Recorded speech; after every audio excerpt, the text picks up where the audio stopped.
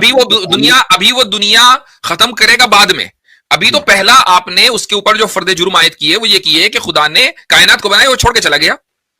यानी आप खुदा को मान रहे हैं, खुदा की मानना चाह रहे हैं, और आपको सिर्फ ये है कि भाई परफेक्शन के लफ्ज पर आपको एतराज है, लेकिन जब मैंने डिटेल बयान की उस पर एतराज नहीं, तो आप एग्नोस्टिक कैसे हो गए? नहीं, ये तो ये कह सकते हैं कि वो बहुत पावरफुल है, लेकिन परफेक्ट नहीं कह सकते ना, क्योंकि ना कहें, कोई बात नहीं भाई, ना कहें, उस पर कोई इसरार नहीं है। हमने जब परफेक्शन को डिफाइन कर दिया कि ये मतलब है, अच्छा बताएं, चले परफेक्शन के लफ्ज को भूल दें, इस पर मिट्टी डालें। क्या आपको लगता है कि मैंने जो बात कही वो गलत कही है? नहीं, वो कोई गलत नहीं, बस बात खत्म हो गई भाई। आप एक टेररिस्ट एक्टिविटी को टेररिस्ट एक्टिविटी कह ही इस बुनियाद पर रहे हैं कि आप भी इंसाफ पसंद है, मैं भी इंसाफ पसंद हूं। हाँ, और ये इंसाफ मेरे और आपके अंदर आया खुदा की तरफ से। अगर खुदा ने हमारे अंदर इंसाफ न रखा होता तो हम किसी भी टेररिस्ट एक्टिविटी को टेररिस्ट एक्टिविटी ना कह रहे होते। बिल्कुल ऐसा ही जैसा कि अगर आपने कभी दिन ना देखा होता तो आप रात को अंधेरा ना कह रहे होते।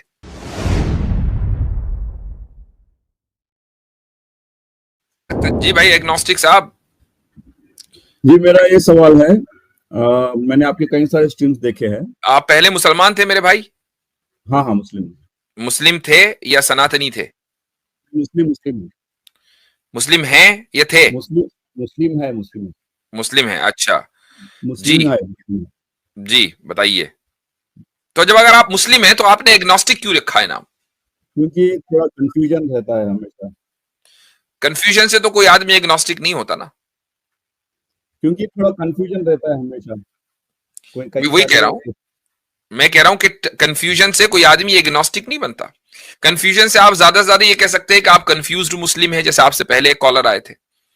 लेकिन आप अपने आप को एग्नोस्टिक अगर कह रहे हैं तो आपने तो इस्लाम छोड़ दिया, फिर आप ये कैसे कह रहे हैं कि मैं मुस्लिम हूं?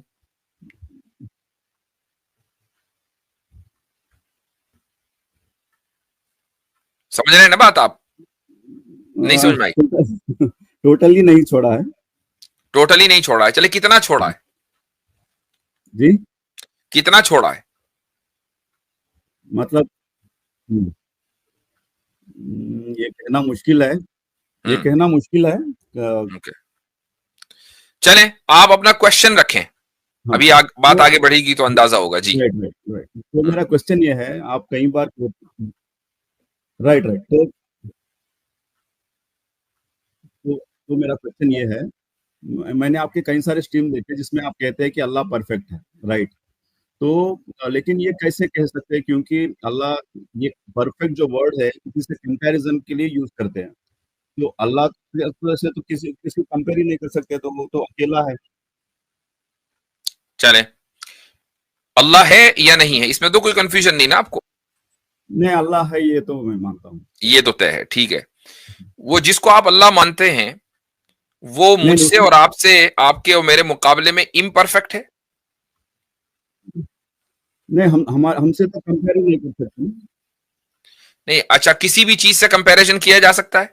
नहीं कर सकते। नहीं कर सकते, तो ठीक है। हम भी आपके साथ ही बिल्कुल सही कह रहे हैं कि अल्लाह का कंपैरिजन किसी चीज से हो ही नहीं सकता। लईसा कमिसलिही शै, कुरान में अल्लाह ने खुद ही कह दिया कि उस जैसी कोई चीज है ही नहीं, कंपैरिजन ही नहीं किया जा सकता।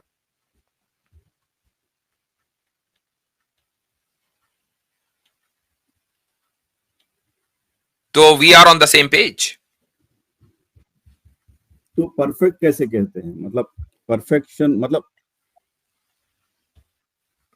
तो इम्परफेक्ट कहें, मैंने तो पहले ही पूछा कि इम्परफेक्ट कहें, वो तो कह नहीं नहीं, सकते। मतलब नहीं, वो ऐसा नहीं कह सकते। नहीं कह सकते। अच्छा, अब नहीं मुझे कह बताएं सकते। कि परफेक्शन किसे कहते हैं?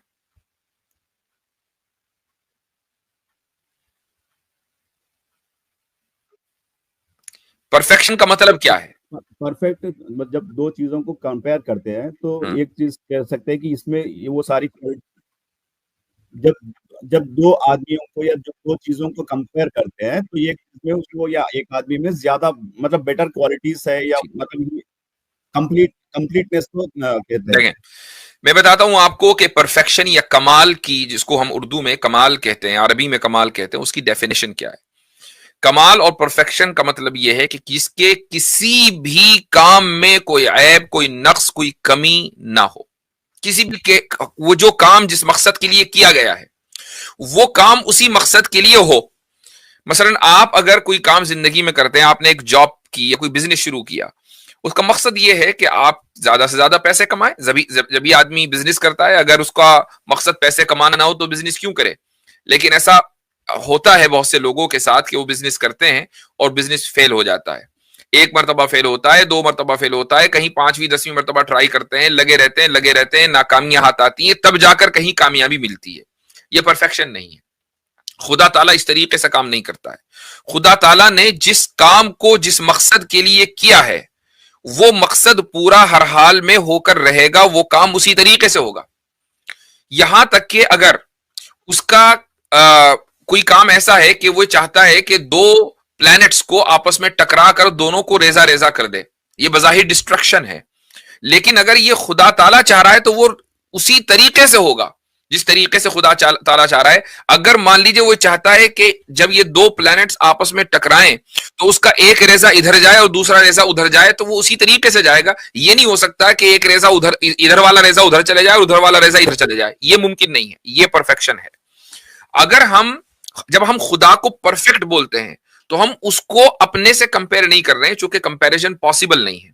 जब हम खुदा को परफेक्ट बोलते हैं तो उसका मतलब यह होता है कि खुदा के किसी भी काम में कोई ऐब, कोई नक्स, कोई कमी, कोई बुराई नहीं है। उसका हर काम मुकम्मल है और वो उसी तरीके से होगा जैसा कि खुदा ताला चाहता है। ये मतलब है परफेक्शन का।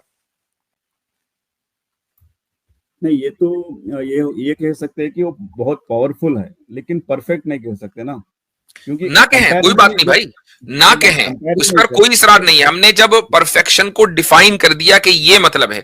अच्छा बताएं, चले परफेक्शन के लफ्ज को भूल दें, इस पर मिट्टी डालें। क्या आपको लगता है कि मैंने जो बात कही वो गलत कही है? नहीं, वो कोई गलत नहीं, बस बात खत्म हो गई। आप परफेक्शन का लफ्ज ना इस्तेमाल करें, आप कमाल का लफ्ज इस्तेमाल कर लें, आप कोई दूसरा लफ्ज इस्तेमाल कर ले जो और उससे बेहतर हो। ये परफेक्शन का लफ्ज कुरान हदीस में कोई है, ना करें इस्तेमाल। ठीक है, वही था मेरा सवाल। चले, इसके अलावा और कुछ तो नहीं। एक मिनट, लेकिन ये चीज आपको एग्नोस्टिक तो नहीं बनाती ना भाई।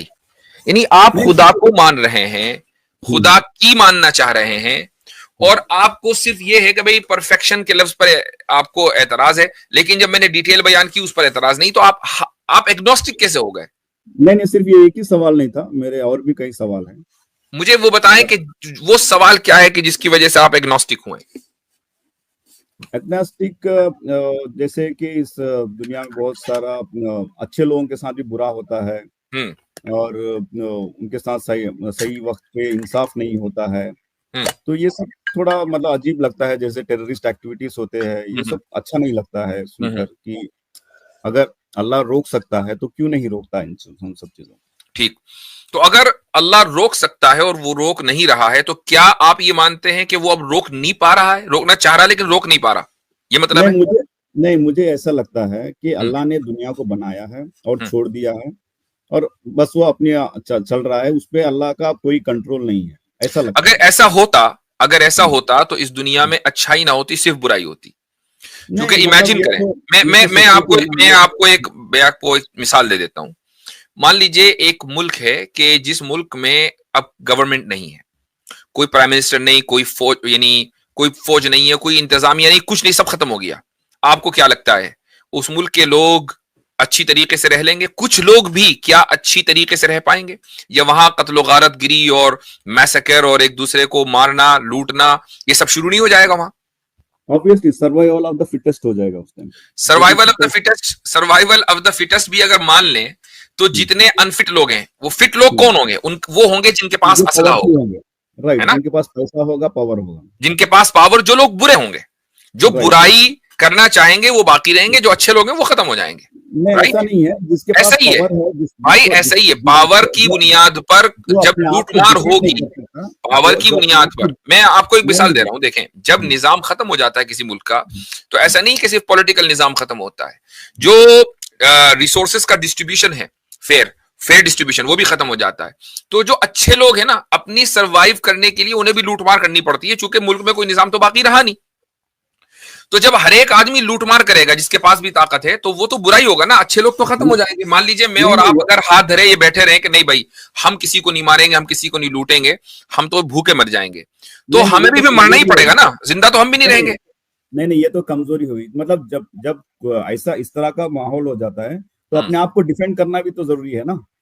जैसे राइट। जंगल में क्या होता है, जंगल में जी, हर कोई अपने आप को डिफेंड करता है ना, वहाँ कोई थोड़ी ना कोई रूल रहता है। तो बिल्कुल। जिसके पास ताकत है वो, और जो अपने आप को डिफेंड करता है वो सर्वाइव करता है। ठीक। तो जब चूंकि वहां तो अच्छाई और बुराई का कॉन्सेप्ट ही नहीं है ना भाई, कॉन्सेप्ट नहीं है। जंगल में अच्छाई और बुराई का कॉन्सेप्ट नहीं है। आप ये नहीं कह सकते कि शेर बहुत बुरा जानवर है क्योंकि वो मार खाता है और यानी चीरफाड़ कर देता है, और खरगोश बहुत अच्छा जानवर है क्योंकि वो हमेशा शिकार हो जाता है। तो आप ये तो नहीं कह सकते। आप ये वहां वहां अच्छाई और बुराई का कॉन्सेप्ट नहीं है, ये कॉन्सेप्ट इंसानों में है।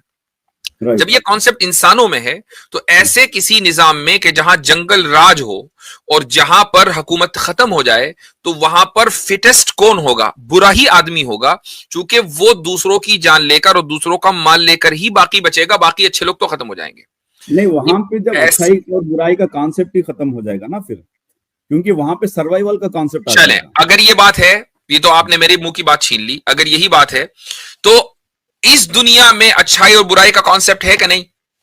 है, क्योंकि हम लोग एक सोसाइटी में रहते हैं ना, वो तो सोसाइटी सोसाइटी, में। इस दुनिया में वो जो कॉन्सेप्ट है अच्छाई और बुराई का, ये अगर खुदा बनाने के बाद, अगर इस कायनात को खुदा ने बनाया और बनाने के बाद वैसे ही छोड़ दिया, तो फिर वो सोसाइटी कभी भी वजूद में नहीं आ सकती थी। ना कोई गवर्नमेंट वजूद में आती, ना कोई खिलाफत वजूद में आती, ना कोई सिविलाइजेशन वजूद में आती, चूंकि हम एक दूसरे को मारते ही रहते, सर्वाइवल ऑफ द फिटेस्ट ही होता रहता। ये जो खुदा ने कुछ लोगों को हिदायत दी है अच्छाई फैलाने की, इसका मतलब ये है कि खुदा ने इस कायनात को बनाने के बाद वैसे ही नहीं छोड़ा। ये तो आप मेरी बात कह रहे हैं, मेरी दलील आपने निकाल दी अपने मुंह से। नहीं, इसमें ऐसा है एक्चुअली कि जो पावरफुल है, ओके, वो पावरफुल होगा तो उसको वो रूल करना चाहेगा। अगर वो सबको खत्म कर देगा तो किस पे रूल करेगा? ये हिदायत कहां से आई? वो ये एक मतलब एक क्या कहते हैं, साइकोलॉजिकल ये रहे ना, मतलब। ये साइकोलॉजिकल जो है उसके जहन से आई ना। ये जहन किसने हाँ, बनाया? जब अल्लाह ने पूरी कायनात बनाई तो इस इंसान का जहन राइट, भी उसने बनाया होगा। Right, right. मैं तो वही बोल रहा हूँ कि अल्लाह ने सब कुछ बना दिया और छोड़ दिया कि अब आप जियो छोड़ा अपनी कहां? जिंदगी। जब अगर किसी इंसान के जहन में ये बात बिठा दी कि तुम्हें रूल करना है, और रूल करने के बाद एक स्टैब्लिश्ड रियासत कायम करके उसमें सिविलाइजेशन को यानी आगे लेकर जाना है, तो ये हिदायत तो अल्लाह की तरफ से आई ना, उसने हाँ, कहां वो छोड़ा करेक्ट वैसे है। ही। नहीं, नहीं, वो करेक्ट है। मतलब एक सिस्टम, जैसे हमने एक सिस्टम बना दिया, वो भाई सिस्टम वो जो बना के सिस्टम छोड़ दिया। बनाया है, जो भी सिस्टम हम्म, है, उस हम्म, सिस्टम की जो बुनियाद है हम्म, वो क्या है? वो एक है, एक ही बुनियाद है उस सिस्टम की। हम्म, वो है बुनियाद आदल और इंसाफ। ये इंसाफ कहां से आया? अच्छा, ये जनरल हिंदी जो है आना चाह रहे हैं, जरा सा इनको जगह दें। तो वो इंसाफ और आदल इंसान के जहन में किसने डाला? खुदा ने डाला ना। राइट, अगर करेक्ट। खुदा को इस दुनिया को बनाने के बाद उसको छोड़ देना था, वैसे ही चलो भाई अब तुम चाहे जो करो, तो इंसाफ तो बाकी ना रहता ना। मैं और आप अपने जहन में इस क्वालिटी पैदा नहीं कर सकते जब तक कि वो नहीं, खुदा ही ना करे। नहीं, हम क्यों सोच रहे हैं कि अल्लाह चाह रहा है कि हम इंसाफ से जिए? क्योंकि ऐसा अगर होता तो फिर ये जो टेररिस्ट एक्टिविटीज हो रहे, रेप्स होते, मर्डर्स होते, ये सब नहीं होते ना, जो एक दूसरे अगर के। अगर ऐसा, अगर इंसाफ ना होता, जो हम्म, खुदा ताला चाहता है कि हम इंसाफ से जिए, तो आप किसी टेररिस्ट एक्टिविटी को टेररिस्ट एक्टिविटी कह रहे होते आज? सॉरी, मैं समझा नहीं।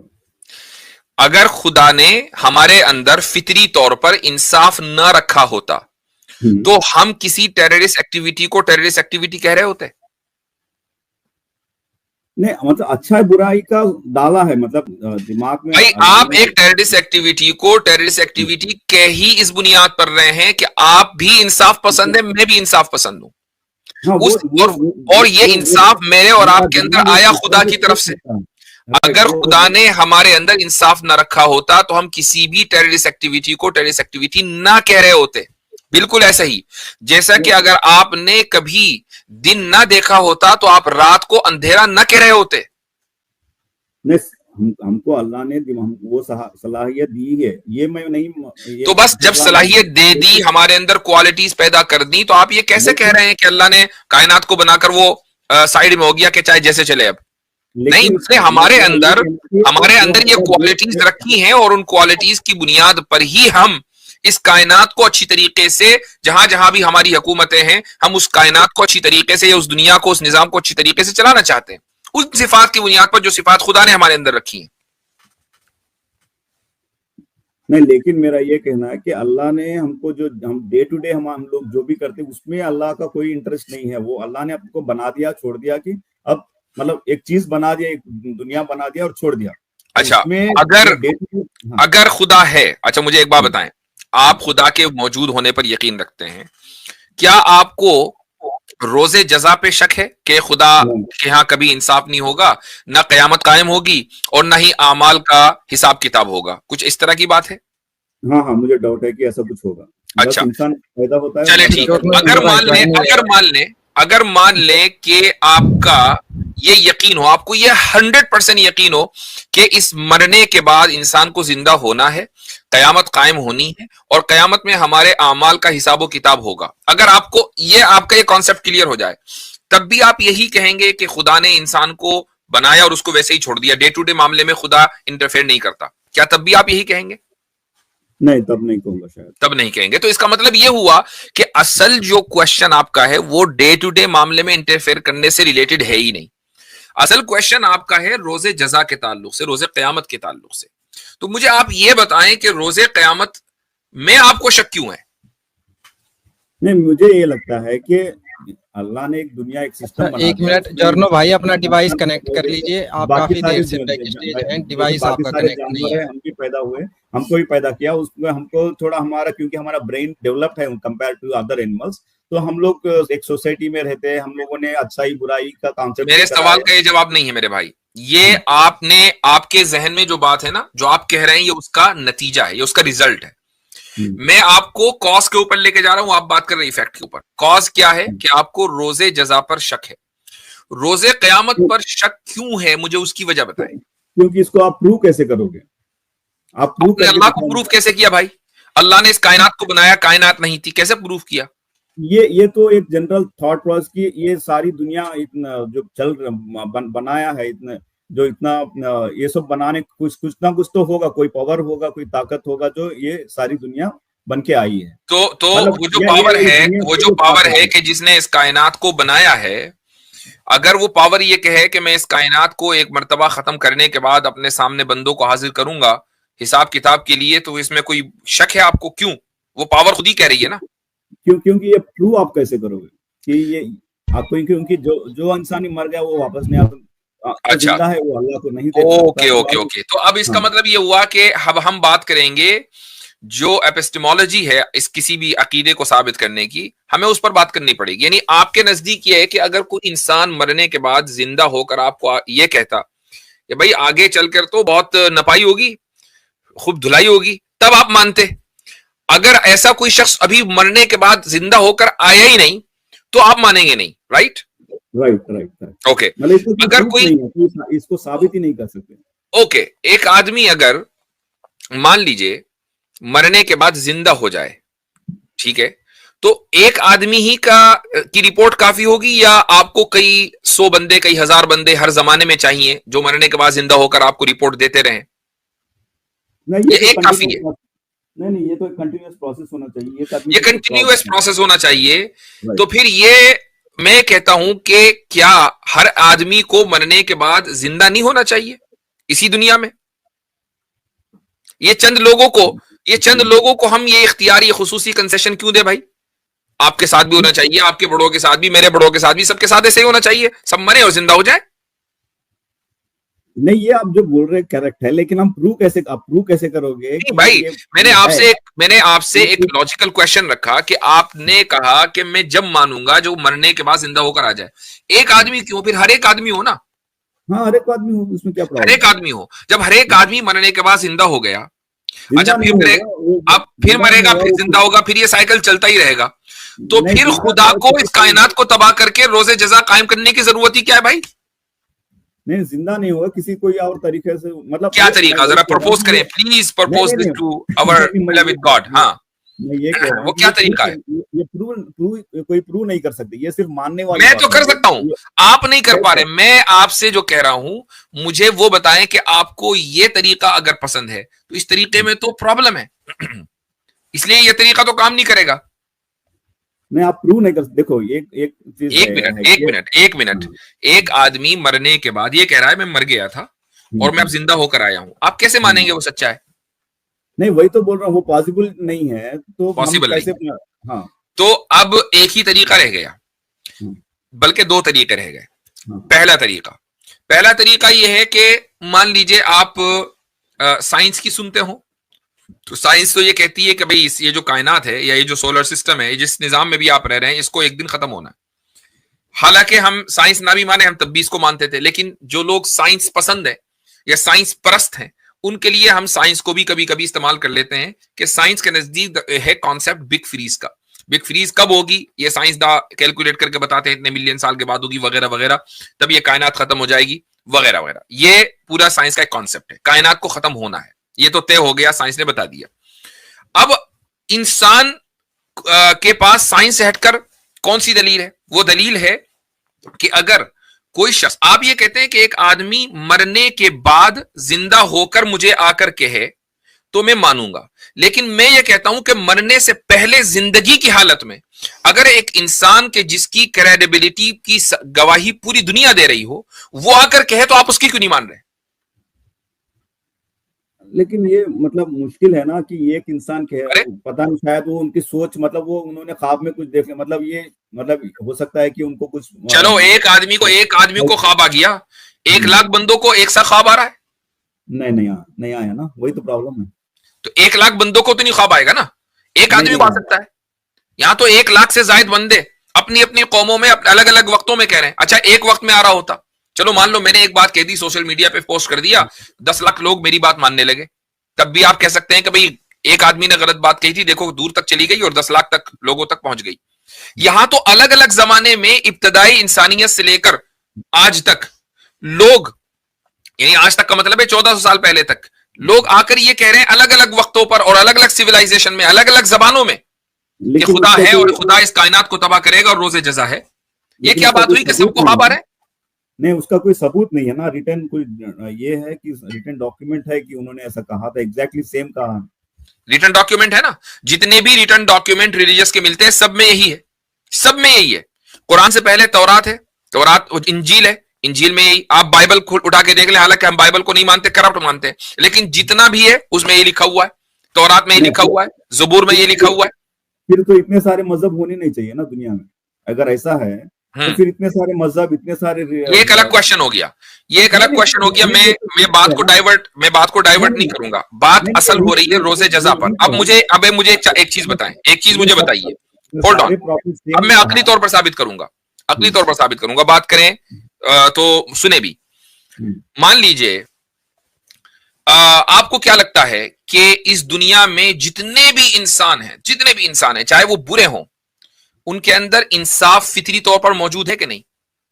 हाँ, होता है, वो तो इंसानी जहन है कि वो इंसान में, चोर भी ये चोरी करता है, सोचता है मैं इंसाफ की बुनियाद पर चोरी कर रहा हूं, मुझे चोरी करने का हक है, ठीक है। हिटलर मारेगा 6 मिलियन को तो सोचेगा मैंने इंसाफ किया इन लोगों के साथ कि जिनको मैंने नहीं मारा है।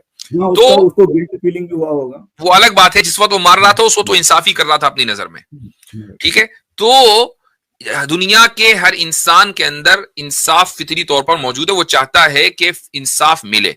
अब मुझे एक बात बताएं, इमेजिन करें एक आदमी है कि जिसने, एक खातून है, एक औरत है मसलन, उसकी कई बच्चों की शहादत हो गई, आज ही का यह वाकया है। आपने देखा होगा, इंटरनेशनल मीडिया ने, CNN ने, सबने रिपोर्ट किया है कि एक खातून है, डॉक्टर है गज्जा की, और वो हॉस्पिटल जाती है लोगों की जानों को बचाने के लिए, और उसी हॉस्पिटल में जहां वो काम कर रही है उसके 7 बच्चों की जली हुई लाशें उसी के सामने आ जाती हैं अचानक। ये अभी थोड़ी देर पहले का वाकया है ना। तो इमेजिन करें कि अगर इस औरत को ये उम्मीद ना हो कि एक दिन ऐसा आएगा कि जब जालिम कटहरे में खड़े होंगे और मैं दूसरी तरफ खड़ी होंगी और मैं इंसाफ का मुतालबा कर रही होंगी और अल्लाह ताला इंसाफ दिलाएगा मुझे, तो अगर उसको ये ईमान और यकीन ना हो, तो मुझे बताइए कि इस खातून के जिंदा रहने का क्या फायदा है फिर? नहीं, ये सही बात कहा आपने कि ये एक विश्वास की बात है, इसको प्रूव कर सकते हैं। अच्छा, नहीं, प्रूव इसलिए हो रहा है कि इंसाफ फितरी तौर पर हर इंसान के अंदर है, पॉइंट नंबर 1। पॉइंट नंबर 2, जो चीज फितरी तौर पर तमाम इंसानों के अंदर हो, मुझे बताएं कि उसकी आप 2 तरह की इंटरप्रिटेशन कर सकते हैं, या तो बायोलॉजिकल इंटरप्रिटेशन। क्या इंसाफ की कोई बायोलॉजिकल इंटरप्रिटेशन है कि ये जो हार्मोन है ना, इस हार्मोन की वजह से हर इंसान के अंदर इंसाफ पाया जाता है? मुझे बताइए वो कौन सा हार्मोन है? मुझे आइडिया नहीं है सर, है ही नहीं। आइडिया हो भी नहीं सकता जब है ही नहीं। तो जब उसकी आप बायोलॉजिकल इंटरप्रिटेशन नहीं कर सकते हैं और इसके बावजूद ऑब्जेक्टिवली तमाम इंसानों के अंदर अक्रॉस स्पेस एंड टाइम इंसाफ मौजूद है, तो वो इंसाफ इसीलिए मौजूद है ना कि कभी तो होगा कायम। इस दुनिया में तो 100% इंसाफ है नहीं, कभी तो कायम होगा। नहीं, जो इजराइल के लोग पैलेस्तीन के लोगों को नाइंसाफी से मारे, वो कैसा इंसाफ, वो उनका कैसा इंसाफ नहीं, इस दुनिया में इंसाफ नहीं है ना। मैं कब कह रहा हूं कि इस दुनिया में हर एक को इंसाफ मिलेगा? मैंने इस्लाम ने ये नहीं कहा। इस्लाम में कॉन्सेप्ट रोजे जजा का इसीलिए है कि अगर यहां इंसाफ नहीं मिला तो वहां तो मिलना ही मिलना, वहां से नहीं जाना। तो ये जो कॉन्सेप्ट है इंसाफ का ऑब्जेक्टिवली तमाम इंसानों के अंदर, ये इसीलिए है कि इंसाफ एक ना एक दिन हर एक को मिल जाना है। अगर ये ना होता तो ऑब्जेक्टिवली तमाम इंसानों में कॉन्सेप्ट ना होता इंसाफ का, उसकी हम उसकी कोई बायोलॉजिकल इंटरप्रिटेशन कर रहे होते, वो हम कर नहीं सकते। नहीं, एक ना एक दिन मिलके क्या फायदा? इंसाफ तो इमीडिएटली होना चाहिए। आज जब इतने बेगुनाह लोगों को मार रहे हैं पैलेस्तीन में, ओके, तो ना कोई मुसलमान उनके साथ जाके ठहर रहा है, ना लड़ रहा है। इतने मुस्लिम कंट्रीज होके भी इतने सारे ना अच्छा, लड़ पा रहे हैं। तो फिर अगर कैसा इंसाफ, लोग- आप ये कहें कि मसलन एक आदमी ने कत्ल किया और उसको ड्यू प्रोसेस के बगैर उसी मोमेंट कातिल को कत्ल कर दिया गया, तो आप ये कहेंगे आप इंसाफ हुआ है। ड्यू प्रोसेस नहीं होना चाहिए। नहीं, ड्यू प्रोसेस होना चाहिए, लेकिन वो Okay. टाइम बाउंड होना है। मतलब ड्यू प्रोसेस में कुछ तो टाइम लगेगा ना, 2 दिन 4 दिन 5 दिन, कुछ तो टाइम लगेगा भाई ड्यू प्रोसेस में। एक मीनिंगफुल टाइम में होना चाहिए ना। वो मीनिंगफुल तो सब्जेक्टिव है। मेरे नजदीक मीनिंग हो सकता है, मेरे नजदीक मीनिंगफुल 1 महीना हो और दूसरे के नजदीक मीनिंगफुल 1 साल हो। हाँ, वही तो मतलब एक 70 तो मीनिंगफुल तो एक सब्जेक्टिव चीज हो गई, उसको आप डिफाइन नहीं कर सकते कि ये मीनिंगफुल है।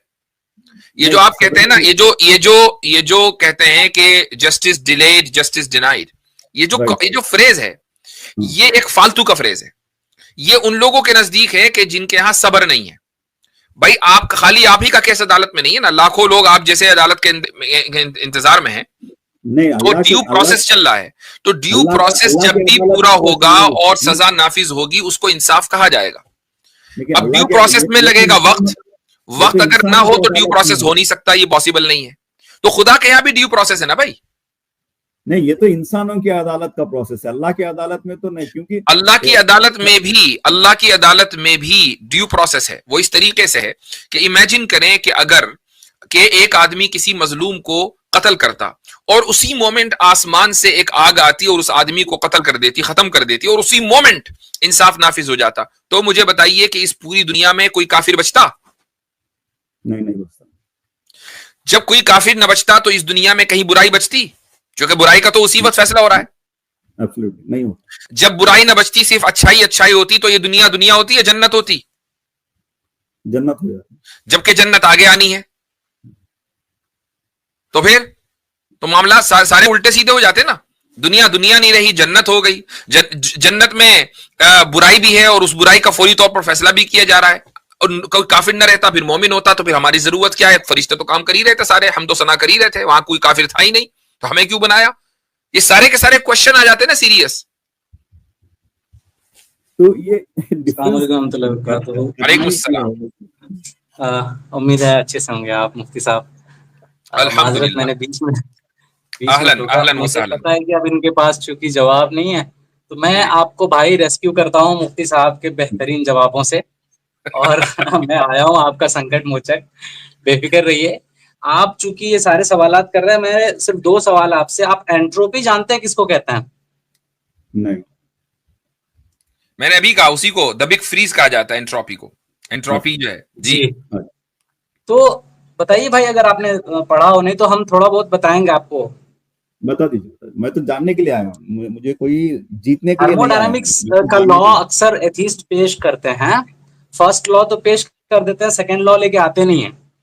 कि उनका मानना है कि अव्यवस्था यानी कि एक जो रैंडमनेस है, उसकी वजह से जो सिस्टम का खराब होना है, किसी भी चीज का अनसिस्टमेटिक होना है, ये ऑटोमेटिक होगा। एक कमरे को आप कितने ही अच्छे ढंग से सेट कर दीजिए, और कुछ दिनों बाद वो कमरा जरूर होगा कि वो सामान इधर उधर हो जाएगा।